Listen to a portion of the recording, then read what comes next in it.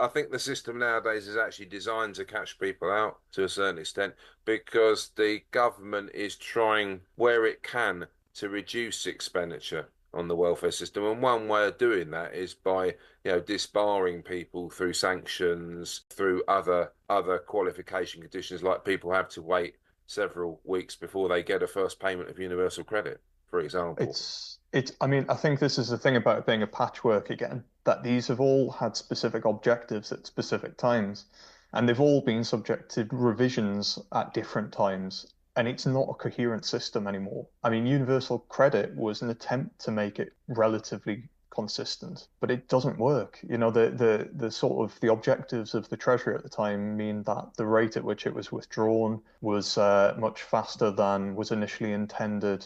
It doesn't account for the additional costs that, disabled people face effectively anymore, or if it ever did. So it's almost a job to navigate these systems. It's not bureaucratically sensible. It's not, we talk about wanting efficiency in government. This is almost the least efficient system you could have. It costs it costs tens of billions and outcomes are terrible.